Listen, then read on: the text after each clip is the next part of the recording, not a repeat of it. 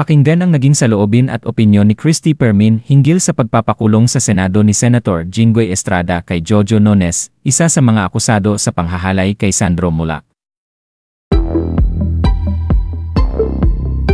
At syempre po mga kapatid, alam po namin na hindi kayo kumakalas sa mga kwento tungkol kay Sandro Mulak. At kahapon nga po ng umaga ay formal na po siyang nagsampa ng kasong rape through sexual assault sa Department of Justice.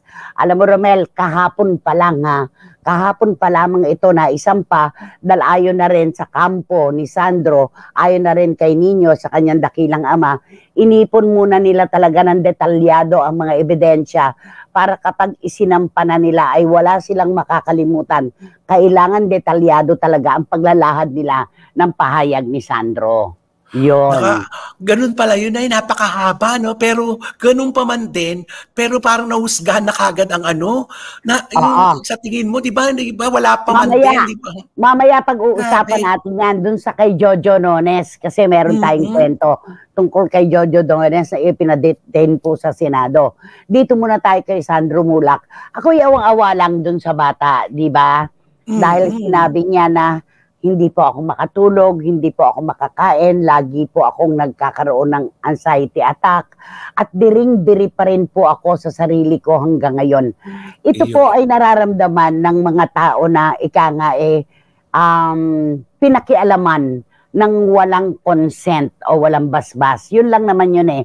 Napakarami naman po nating alam na kwento tungkol din sa mga personalidad na ganito rin po ang pinagdaanan pero hindi kasi sumigaw dahil may basbas nila yung nangyari sa kanila. Di ba? Yun lang ang pagkakaiba ng may basbas at sa walang pahintulot na ginawa sa kanila. Totoo yan. Sisigaw pag walang pahintulot. Kaya po, dahil kahapon nga po ay nagsampa na ng kasong rape through sexual assault, si Sandro ay magsisimula na po. Gugulong na po ito. Magkakasagutan na po sila ng kanilang naratibo, kanilang mga affidavit hanggang sa hintayin natin kung ano ang magiging resolusyon ng matinding kasong ito.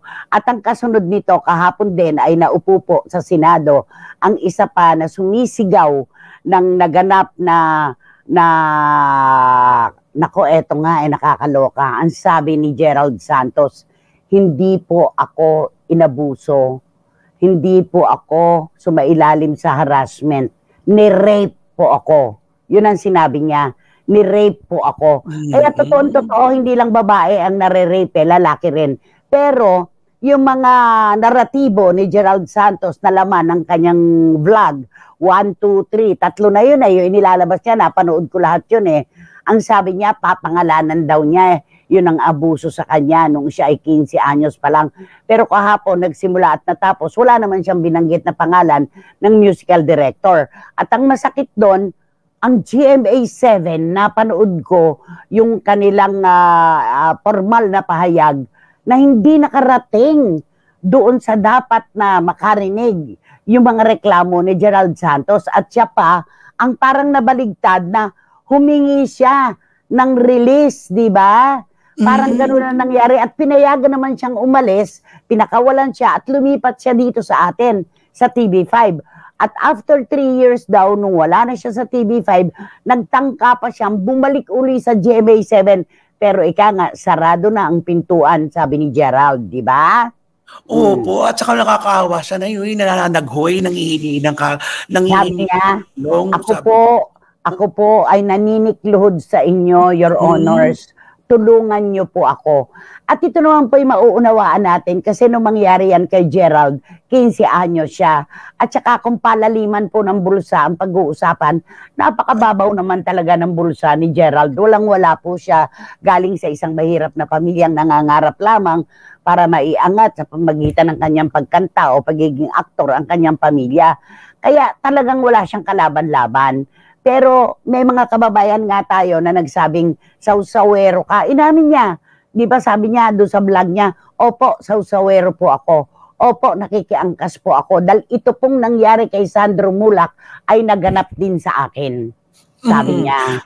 At saka pagkakataon na rin kasi niya yun para marinig ang kanyang kwento. Kasi wala naman siya, wala siyang pangalan sa parang wala siyang puwang, pakiramdam niya wala siyang puwang, hindi siya pinakikinggan. Ngayon, kung masasama siya dito, maaaring, totoo, narinig yun ng side niya, di ba? Kasi sumama siya. Mabuti na lamang at napakabait ng kapalaran sa kanya, siya yung gumanap na Thuy ng Miss Saigon. At ang kahanga-hanga pa kay Gerald nung tanghal sila sa Denmark, Danish ang language na ginamit mula simula hanggang kaduluduluhan at hindi madaling gawin yon ng isang aktor na tulad ni Gerald Santos, di ba? Kaya tingnan po natin, sabi niya, itutuloy daw niya yung demanda itutuloy niya yung demanda. At si Attorney Topacio naman ay sinamahan lamang siya kahapon pero hahanap siya ng abogado niya para dun sa kaso na isasampa niya laban sa musical director. Akala ko nga po, masasabi na namin ang pangalan ngayon ng musical director. Pero hindi pa rin po. Dahil si Gerald nga, na nagsasabing siya ay ni-rape, hindi nga niya binanggit. Kami pa po ba ni Romel ang magtatangka at maglalakas ng loob na sabihin kung sino yung musical director? Kilala po namin kung sino yung MD na ito. Di ba? Antayin na lang po natin. At heto na nga po, mga kapatid, nagsasalimbayan po ngayon ang mga kuro-kuro, ang mga opinion sa social media, maging sa mga pahayagan, dahil sa nangyari kay Jojo Nones, ang isa sa mga itinuturo ni Sandro, kasama si Richard, si Dode Cruz na nanghalay sa kanya. Itinuturo, kasi hindi pa naman convicted itinuturo, inaakusahan, ganon. At tinanong kasi siya ni Senador Jinggoy, hindi, gusto ko lang, mauna lang. Panay-panay po ang paliwanag ng tagapamuno nitong investigasyon na ito, si Senator Robin Padilla. Ang sabi niya, hindi po kami husgado, hindi po kami korte. Kayo po ay narito bilang kasama't makakatulong namin sa mga mababalangkas pa po naming batas tungkol sa mga ganitong problema. Sinabi ni Senator Robin yon. Pero bakit nung iniimbestigahan na si Jojo Nones at saka itong si Dode, parang nagbago yung klima. Nagbago yung klima na lalo na yung kay Senator Jinggoy. Alam mo, ang dami kong kaibigang abogado, doktor, mga profesional. Ang salita nila, bakit ganon? Meron pang yes or no. Meron pang yes or no. Samantalang sabi nila, investigating body lang sila tulad ng NBI. Wala naman silang karapatan na husgahan si Jojo at saka itong si Richard dito sa kaso na ito. Ang sabi nila, katulong nila ang dalawang inaakusahan para magbuo ng babalangkasin nilang mga batas. Pero bakit ganon? Di ba? Kaya nga po, di ba, nanay? Nagtatanong nga ako sa iyo, bakit ganun? Para na silang nasa husgado kung tanungin at parang na nga, hindi nga piskal parang judge. Oo, parang ganun ang pinanonood natin. Yung nagmarka sa akin, yung nagsalita si Sandro nang ginawa sa kanya ni Jojo at saka nitong si Dode. Tapos ang sabi niya, magde-deny ka pa? Sabi niya, yes, Your Honor, wala po kaming ginawang ganon. Hindi po totoo yun, sabi ni Dode. You are lying, sabi niya. Hindi nga ba? At pinaano siya, pinakuha, dinitain. Di ba? Yung ganon. Ang akin naman alam nga naman idiin ni Jojo at saka ni Dode ang mga sarili nila.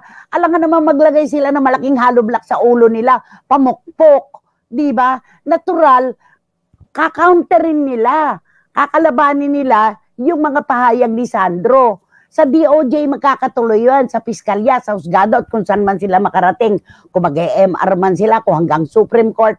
Pero wag naman yung ganito, di ba? Yung parang hindi pa man, kasi sinabi kasi ni Jojo, Your Honor, please, hindi pa po kami convicted. Sana po, mga pahayag lang po yan ni Sandro, sana wag nyo naman kaming husgahan. But you are lying. Sabi niya, contempt of court. Diba? Naalala mo yung kay Mr. Morales? Yung sa kaso naman ng droga-droga nun? Diba sinabi rin ni Mr. Morales, Your Honor, wag nyo naman po akong husgahan. Hindi pa naman po ako tulad nyo na convicted. Kaya parang kay Senador Jinggoy, yung salitang convicted, napakasakit nun. Kaya tamo nangyari kay Jojo, na contempt, di ba? Contempt Oo. siya, di ba? Pero Eto, kung papanoorin mo talaga na no, nakakaloka talaga yung yung pagdinig ng Senado sa mga mm, kwentong ito. mm, Mapapaisip ka kung bakit ganito ang yari. Bakit may parang hindi nababalanse, bumibigat sa kabila, oo. gumagaan sa kabila. Yun lang naman ang sa ating pagpapanood sa kanila habang Oo. ginagawa nila ang pagdinig. Kapag ikaw ay nakatanaw lang ng malayuan, maiisip mo, hindi balanse Mm-mm. talaga. At kung ituring pa nga nila, in aid of legislation. In aid of legislation, pero bakit ganun ang itinakbo, di ba? Kami po, kahit kailan hindi kami kumakampi sa mga nang-aabuso. Number 1 po sa amin yan, hindi po namin kakampi ang sino man na nanglalamang ng kapwa. Pero ika nga, babalansihin naman natin. Lalo pa at wala pa naman sa piskalya. Kahapon pa lang nagsampa, di ba? At mahirap yung ganito. Kaya nga sabi ng kaibigan ko, bakit naman ganun?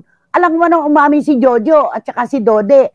Ano to? Iipitin nila yung sarili nila. Sila mismo maglalagay ng bato sa ulo nila, ipupukpok. Hindi naman tama yun, di ba?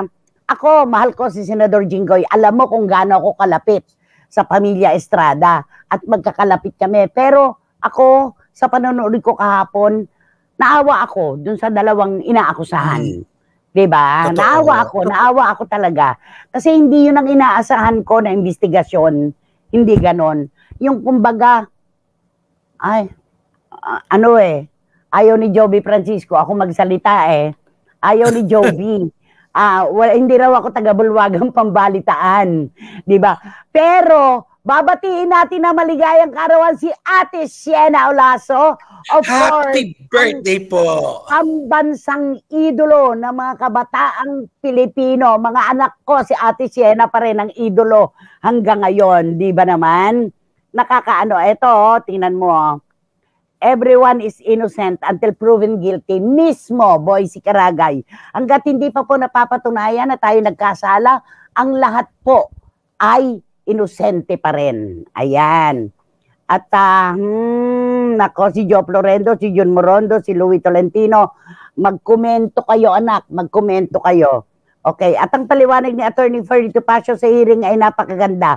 Sa sinabi ni Senador Jinggoy na parang pinaburan pa niya ang GMA ay kinontra naman ni Attorney Topacio na parang sinasansala. Ang ayaw ko lang sa hearing, galit si Senador Jinggoy at nagmumura pa, oo, yung God chuchu, yung ganon.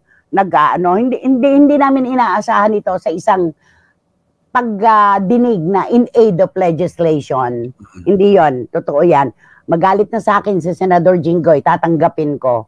Diba? Pero sa aking panlasa, sa aking panonood, kahit malayuan, hindi ko gusto. Hindi ko gusto. Kasi hindi naman sila husgado, hindi naman sila piskalya. Pero bakit idinidiin agad at pilit na pinaamin? You're lying! Tapos, iko-contempt mo na, i-detain mo na sa Senado. Kailan daw palalabasin? Pagka daw umamin na. Ano to? Di ba? Kaloka. Ang hirap talaga ng mga usaping batas. Nakakaloka, napakalalim. Napakalalim. Ate Teng, sa totoo lang, gusto ko ang mga mambabata sa Kongreso pagdating sa pagtatanong at pagdinig, sabi ni Tita Julie Paras. Magkaiba sila ng kanilang atake. Yon. At sabi ni, yan nanay ko, patas, mabuhay. Sabi ni Direk Franny Zamora, anak kasi, hindi pa naman napapatunayan nagkasala sina Jojo at saka si Dode. Bakit kailangang idiin na, hindi pa man? In aid of legislation, yun ba yun ang ibig sabihin? Teka lang naman muna, di ba? Naku, hanga-hanga naman si Neneng Putot Gensoli kay Attorney Topacio. Eto, teka, kay Juris, Dr. Channel, eto meron siya. Mahaba-haba pa ang aabutin na usaping ito at yak marami pang argumento at ebidensya ang ilalabas. Pero eto na, nagsimula na ang pag-usad ng hustisya. Dito rin magkakasubukan ng lalim ng bulsa.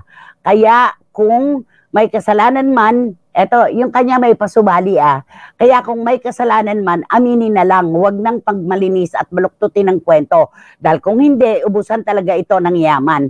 Meron pa siyang isa dito, si Juris, gusto kong basahin, hindi na pasunong. Hindi ko minamaliit yung nangyari kay Gerald Santos noong 2005 dahil sobrang nakalulungkot at nakagagalit yun. Pero sana ay humingi na lang siya agad ng tulong ngayon sa NBI at DOJ para masampahan ng kaso yung mga dapat managot. Imbes na ikwento pa niya sa YouTube na parang serye na may parts 1, 2, and 3. Yan ay kung seryoso siya nakasampa ng kaso at pagbayarin yung nang lapastangan sa kanya. Anak, kakasuhan niya. Ayun. Naku, ang dami yung pa pong Naku, eto, na yung mga nakaupo, mga artista na naging senador, tapos na nagrereklamo si Nino artista. So parang lumalabas, 1 + 1 = 2. Opinion ko lang po, wag naman sanang husgahan agad yung dalawa. Sabi ni Boy si Karagay. At naku, hindi matatapos yung mga text.